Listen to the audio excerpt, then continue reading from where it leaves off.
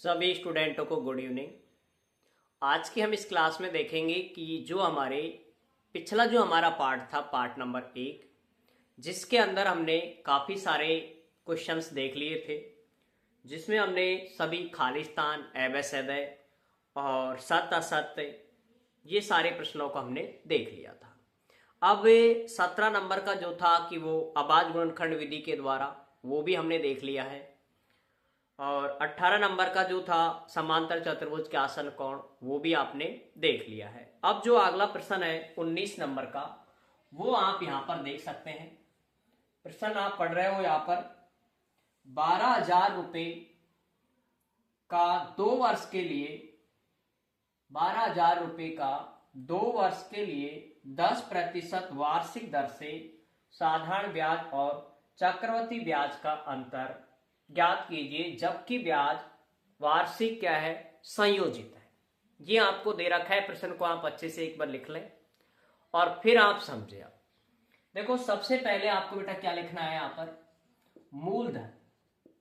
मूलधन कितना दे रखा है, 12,000 रुपए दे रखा है यहां पर। दूसरा है समय। समय कितना दे रखा है, समय आपको दे रखा है 2 वर्ष। ठीक है, 2 वर्ष आपको समय दे रखा है, आप देख रहे हो यहां पर। आगे यहां पर जो दे रखा है 10% दर। दर है आपकी वो कितनी प्रतिशत है, 10%। ये आपको सवाल में दिया हुआ है, जो आप यहां पर देख पा रहे हैं। ठीक है, अब हल कैसे करेंगे। एक होता है साधारण ब्याज, एक क्या होता है, साधारण ब्याज। साधारण ब्याज, इसका सूत्र आपको याद रखना है बेटा, आई बराबर पी टी रे। आई बराबर पी टी रे बटे नीचे 100। कैसे याद करोगे, आई बराबर पी टी रे, ये आपको याद करना है। सूत्र है जो याद रखना है। देखो, पी यानी होता है बेटा मूलधन, इसको पी बोलते हैं। टी होता है समय, जिसको टी है यहां पर। और आर यानी रेट यानी दर होती है, आर ये वाला। इसको यहां पर मान रखो आप, यहां पर प्रिंसिपल यानी पी यानी 12,000 रुपए गुणा समय है बेटा 2 वर्ष और दर है 10 बटे कितना, 100। ये आपको लिखना है और ये सूत्र आपको ध्यान भी रखना है कि कैसे इस सूत्र का उपयोग करते हैं। देखो, 2 जीरो से 2 जीरो कट गई, इन सबको आपको गुणा करना है। गुणा कैसे करोगे बेटा, 120 और 10 दूनी 20। तो यहां पर मैं लिख रहा हूं 120 गुणा 20, ये आप गुणा कर लो। गुणा आपको करना अच्छे से आना चाहिए। 2 जीरो ऐसे कैसे उतार लो, 12 दूनी 24। तो 2400 रुपए यहां पर क्या आ जाता है, ब्याज। क्या आ जाता है, साधारण ब्याज। कितने रुपए आ गए यहां पर, 2400 रुपए आपका साधारण ब्याज आ जाता है। ठीक है, यहां पर अब एक और दे रखा है, एक साधारण ब्याज था। दूसरा सवाल में आप देखो चक्रवृद्धि ब्याज, यहां लिखोगे चक्रवृद्धि ब्याज। ठीक है, इसका सूत्र देखो बेटा, हिंदी में भी लिख सकते हो आप। इसका सूत्र होता है मूलधन गुणा 1 प्लस दर बटे 100 घात कितनी, समय, और माइनस करना है यहां पर वापस मूलधन। सूत्र याद रखोगे, चक्रवृद्धि ब्याज बराबर मूलधन गुणा 1 प्लस दर बटे 100 घात समय माइनस के मूलधन। ये होता है आपका सूत्र। ठीक है, अब इसमें बेटा मान रख दो। मूलधन देखो कितना है, 12,000 रुपए गुणा 1 प्लस दर कितनी है, 10 बटे 100 घात कितना है, समय देखो 2 वर्ष, माइनस मूलधन कितना है बेटा, वही 12,000 रुपए। क्लियर। ये आपको सूत्र में मान रखना आना चाहिए। किस तरह से रख रहे हैं मैं यहां पर आपको अच्छे से समझा रहा हूं। अब आप इसको हल करेंगे तो देखो कैसे हल करेंगे, आप इसे देखते चलना। इसको बेटा हल करने का तरीका थोड़ा सा आपको अच्छे से समझना होगा कि किस तरह से आप इसे हल करें। मैं इसको यहां लिख रहा हूं 12,000 गुणा, इसको देखो कैसे हल करोगे, 100 प्लस 10 कर दो, 110 हो गए, 100 प्लस 10, या फिर इसको लघुत्तम ले लेना, एक इसके नीचे एक मान करके लघुत्तम लेंगे 100। 100 और 10 कितने हो जाएंगे 110। तो आपको मैं सीधा तरीका बता देता हूं यहां पर कि 100 और 10 आपको जोड़ना है। कितना हो गया 100 और 10 110 बटे 100। कितनी घात है 2, तो 2 बार लिखोगे आप, माइनस वही 12,000। क्लियर यहां तक? निश्चित रूप से आपको ये लाइन समझ आई होगी कि 12,000 गुणा 110 क्यों लिखा। अगर यहां पर 20 होता तो 120 होता। ठीक है, अब बेटा इसको हल कैसे करेंगे? देखो 2 जीरो से 2 जीरो कट गई, ये 2 जीरो से ये वाली जीरो काट लो और ये वाली जीरो काट लो। ठीक है, अब देखो गुणा किस किस को करोगे आप? 11 गुणा 11 गुणा 120 कितना? 11 गुणा 11 करोगे तो आता है 121। आता है ना, 11 का आप वर्ग करोगे तो 11 11 121। अब 121 गुणा कितना करना है 120, ये आपको गुणा करना है। तो बेटा देखो जीरो की तो जीरो आ जाएगी। अब 12 का पाड़ा सीधा बोल लो, 12 एकम 12 का 2 का हंसी लगी 1, 12 दूनी 24 और 1 25, हंसी लगी 2, 12 और 2 14। कितना आ गया? वापस आप देख सकते हो, गुणा एक बार जीरो की जीरो बेटा, 12 एकम 12 हंसी लगी 1, 12 का 2 का हंसी लगी 1, 12 दूनी 24 और 1 25, हंसी लगी 2, 12 एकम 12, 12 और 2 14। ये आ गया 14,520 रुपए। 14,520 रुपए आ गए। इसमें से आपको कितना घटाना है? 12,000 रुपए आपको घटाना होगा। अब 12,000 रुपए जैसे आप घटाओगे तो देखो बेटा ये 14,000 है, इसमें से कितना घटा दो 12,000 रुपए। कितना आ जाएगा? 0 2 5 4, 4,520 रुपए आपके हो जाते हैं। और यहां पर इसको आप करोगे तो ये देखो कितना आ रहा है 2,400। ठीक है, तो आप यहां पर सवाल में देख पा रहे हो कि चक्रवृद्धि ब्याज और साधारण ब्याज का अंतर। अब इसका अंतर कैसे ज्ञात करेंगे? कर लो, ये 4,520 रुपए है, इसमें से कितना घटा दो 2,400। अंतर का यानी मतलब होता है घटाना। तो बेटा 4,520 में से 2,400 घटा दो, 0 2 1 2, ये आपका क्या आ जाता है? उत्तर। समझ आई बात? ये आपको एकदम क्लियर समझ आना चाहिए कि यहां पर आप क्या कर रहे हो कि इनको आपको घटाना है, इनको आपको घटाना है और घटाने का तरीका आपके पास में ये होता है। पूरा आप एक बार उतार लें। ये सवाल यहां से ऊपर से स्टार्टिंग से देखते चले आप। और ये है गुणा, ये आपको नहीं करना है, ध्यान रखना है यहां पर सवाल में, ये मैंने करके दिखा दिया, बाकी ये आपको नहीं करना है। सीधा इसको हल करेंगे तो कितना आया वो आप इसके नीचे लिखेंगे, जो मैं आपको यहां लिख के दिखा रहा हूं। ये आया था आपका कितना 14,520 माइनस 12,000 और ये आपने घटाया तो आया 4,520, ये आ गया। ठीक है, ये आपको यहां पर लिखना है, ये लिखना है इसके नीचे। फिर आपको ये लिखना है लास्ट में कि अंतर आप ज्ञात करते हो तो ये आपका अंतर आता है। ठीक है, पूरा आप उतार लो एक बार। और अब देखते हैं हम अगले सवाल की ओर। अगला सवाल देखें आप, यहां पर पढ़ रहे होंगे आप, देख पा रहे होंगे। एक किसान की पाठशाला पशुशाला में 20 पुरुषों के लिए 6 दिन का पर्याप्त भोजन है, दे रखा है ये। यदि इस पशुशाला में 10 पशु और आ जाते हैं तो यह भोजन कितने दिन तक पर्याप्त रहेगा? प्रश्न आप पढ़ रहे हैं कि आपके लिए यहां पर जो पशुशाला है उसमें यहां लिखना है पशुओं की संख्या, पशुओं की संख्या, और यहां लिखना है बेटा दिनों की संख्या, दिनों की संख्या। एक ऐसे टेबल सी बनानी है, पशुओं की संख्या और यहां पर जो दे रखा है वो है आपके दिनों की संख्या। ठीक है, ये आप करने के बाद फिर आपको आगे क्या करना है वो आप देखते चले। कितने पशु हैं बेटा? 20। तब भोजन कितने दिन चल रहा है? 6 दिन। जब पशु हैं 20 तो भोजन चल रहा है 6 दिन के लिए। अब यदि पशु 10 और आ जाते हैं तो ये भोजन कितने दिन चलेगा? क्या मान लेंगे? x। क्या मान लेंगे? x। अब ये x मानने के बाद सीधा आपको इसके अंदर गुणा करना है। गुणा कैसे करोगे?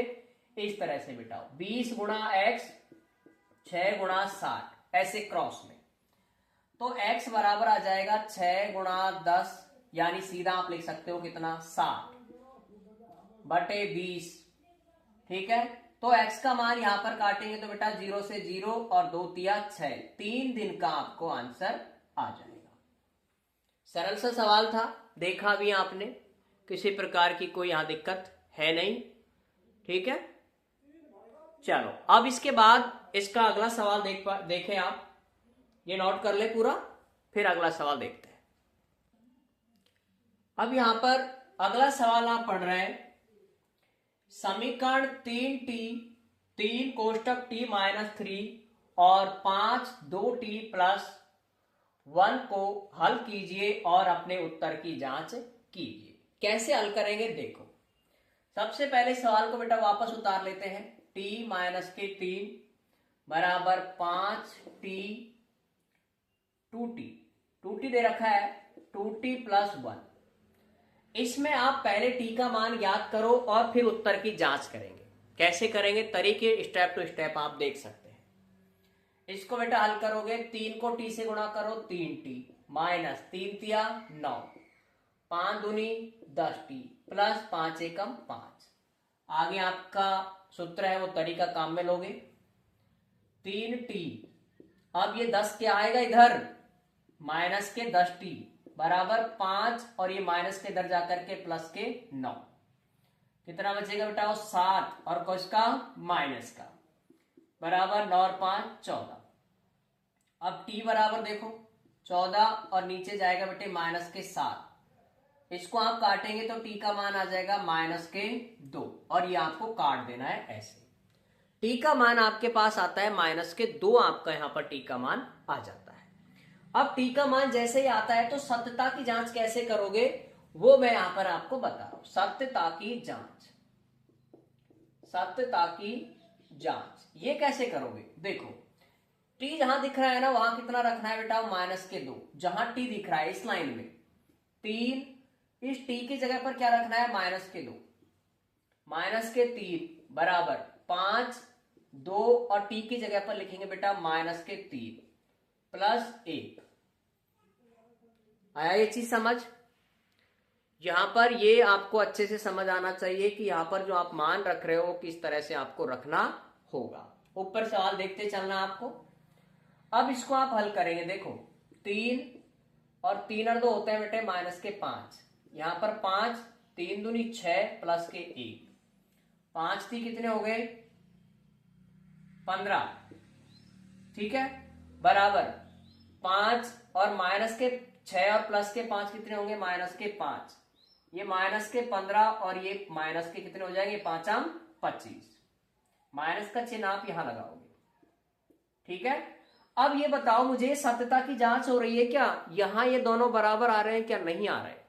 इसलिए जब बराबर नहीं आते हैं तो आपको यहां पर देख सकते हो और लिखोगे सत्य नहीं है, सत्य नहीं है या सत्यता की जांच नहीं हो पाई है। ठीक है, तो सत्य नहीं है आपको यहां पर लिखना होगा। क्लियर? प्रश्न उतारो और इसका आंसर पूरा लिखो। ठीक है, अब चलते हैं इसके नेक्स्ट प्रश्न की ओर। अगला प्रश्न देखें आप, किसी शहर में विभिन्न वर्षों में दुर्घटनाओं में घायलों की संख्या नीचे दी गई है। इन आंकड़ों को एक पाई चार्ट के द्वारा प्रदर्शित कीजिए। किस आंकड़ों को? ये जो आंकड़े दे रखे हैं बेटा इसको आप एक बार वापस नोट कर देते हैं। यहां पर वर्ष दे रखा है और घायलों की संख्या, घायलों की संख्या ये आपको दी हुई है। इसको आप वापस सवाल दे रखा है उसको आप नोट कर लें और ये आपको लिखना है। ठीक है, घायलों की संख्या क्या क्या दे रखे हैं बेटा? 2018 में कितनी दे रखी है? 2019, 2020, 2021 और यहां दे रखा है टोटल टोटल दे रखा है ना, देखते चलो, सवाल को वापिस उतारना है एक बार। 20, 12, 18, 22 और यहां दे रखा है टोटल 72। ठीक है, ये वाला। अब इसका आपको क्या बनाना है, पाई चार्ट। पाई चार्ट आपको दे रखा है, पाई चार्ट। पाई ऐसे लिखते हैं और चार्ट हिंदी में लिख दो। पाई चार्ट आपको बनाना है, पाई चार्ट द्वारा प्रदर्शित इनको करना है। तो कैसे करोगे, देखोगे। पहले आपको पाई चार्ट बनाने से पहले आपको क्या ज्ञात करना होता है, कोण। अगर आपके पास कोण है तो आप अच्छे से पाई चार्ट ज्ञात कर सकते हो। देखो, सबसे पहले केंद्रीय कोण ज्ञात करते हैं, केंद्रीय कोण।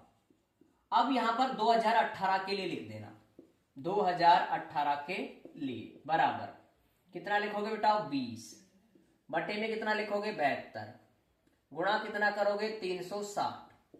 समझ आए क्या लिखा है मैंने, 20 ये वाला, फिर कुल लिखेंगे टोटल वाला, गुणा कुल की जगह योग लिखेंगे ना, बटे 360। अब इसको आप काट लो।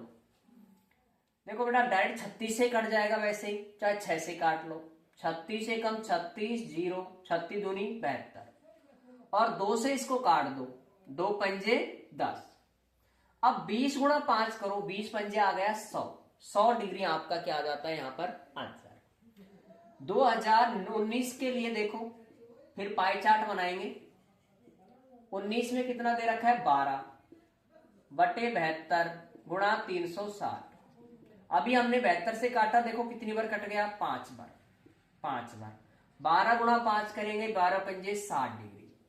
फिर 2020 के लिए, 2020 के लिए कितना है, 18 बटे कितना बेटा, 72 गुणा 360। ये आपको पता भी कितनी बार कटा, 5 बार। 18 गुणा 5 करेंगे आप, पार्ले भी आपको 20 तक याद होनी चाहिए कक्षा 8 वालों को। 18 पंजे 90। एक और आता है लास्ट, जो है 2021 के लिए। ठीक है, 2021 के लिए आप याद करोगे तो देखो कितना करोगे, 22 बटे 72 गुणा 360। ठीक है, 22 गुणे 72 बटा 360, ये आपको लिखना है। ठीक है, 22 बटे 72 गुणा 360, वही बेटा 5 बार ये कट गया। 22 गुणा 5 करेंगे तो कितना आएगा, 5 दूनी 10 की 0, हासिल लगी 1, 5 दूनी 10 और 1 11, 110 डिग्री आपका कोण आ जाता है। ये कोण आपको ज्ञात करना आना चाहिए, 100 डिग्री, 60 डिग्री, 90 डिग्री और 110 डिग्री। याद कर लिए ये। अब ये ज्ञात करने के बाद में आपसे देखो क्या पूछा है आगे, आप इसमें देखें, सवाल में जो आपको दे रखा है वो आप यहां पर देखते चले। पाई चार्ट द्वारा प्रदर्शित कीजिए। अब पाई चार्ट कैसे बनेगा, एक वृत्त बनाना है। ठीक है, एक क्या बनाओगे बेटा, वृत्त बनाओगे। ऐसे प्रकार की सहायता से बनाना है इसको। बीच में केंद्र बिंदु और एक लाइन बना देना। सबसे पहले बना दी लाइन। सबसे पहले कितने डिग्री का कोण बनाओगे, 100 डिग्री का दे रहा है ना, 100 डिग्री।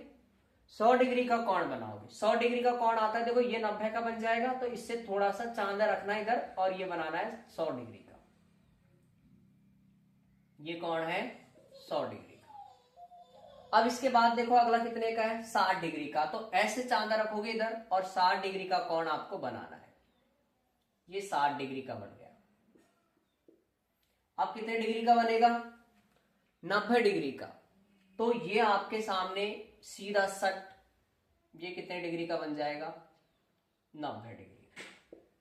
और लास्ट का बचेगा जो कितने का बनेगा, 110 डिग्री का। ठीक है, अब आपको ये बनाने के बाद, ये आप प्रकार की सहायता से बनाओगे और ये बनाने के बाद आपको लिखना है यहां पर 2018। ये किसके लिए था बेटा, 2019, ये 2020 और ये 2021। ऐसे आपको यहां पर पाई चार्ट के रूप में आपको ऐसा लिखना होगा। ठीक है, यहां तक। अब ये सेक्शन आपका बी वाला खत्म होता है और अब इसके बाद इसके अगले प्रश्नों की ओर देखते हैं। एक बार इसको कंप्लीट उतार लें।